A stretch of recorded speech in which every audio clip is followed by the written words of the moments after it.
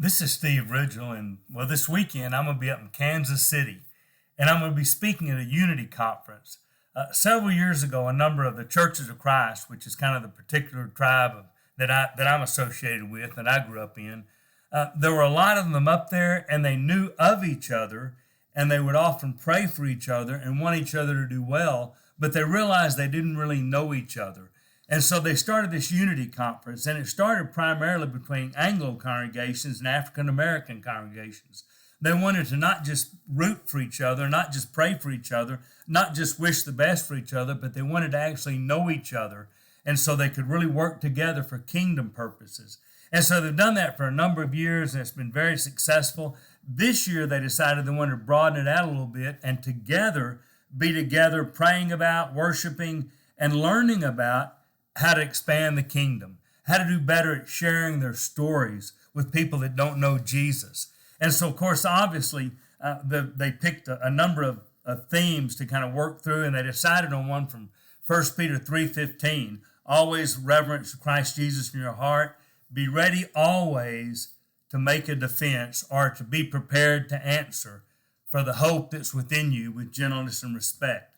And so as they thought about that, they wanted to learn to share stories when people ask them about their faith. When people say, so why do you try to get along with people of other races? Why do you get along with, your church is really for people of all nations? Do you really not matter about your economic status in your church? What about how you live? Why do you act this way? And why do you not do this? And why do you do this? And as they get asked those questions, they want to be better equipped to answer those.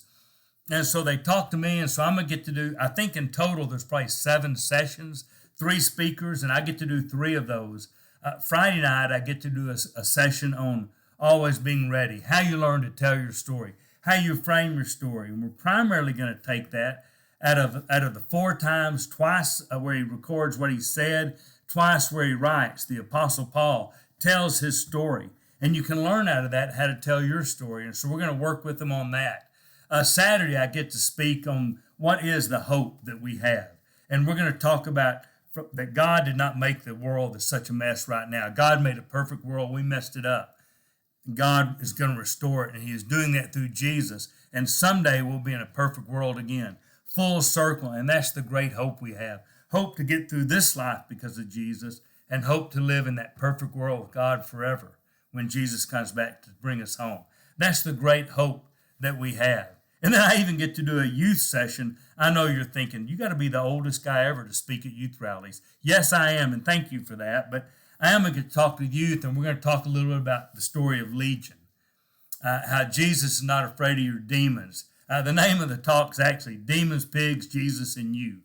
And so we're going to talk about that some, about that Jesus isn't scared of your stuff, that everybody God has a purpose for and Jesus wants. He wants them to live with him. He wants them to be active in kingdom work. And so we're going to do some work with that for the young people. So it's going to be a great weekend. I'm really looking forward to it. I'm most excited about a number of churches coming together to say, we are united. We may have a lot of little differences, but we're united in putting forth the message of the good news of Jesus in a world that desperately needs it. And they're committed to that, and I'm excited to be part of that. So that's what I'm going to be doing this weekend. This is Steve Ridgel. And to my friends in Kansas City that may be seeing this, I'll see you tonight and tomorrow.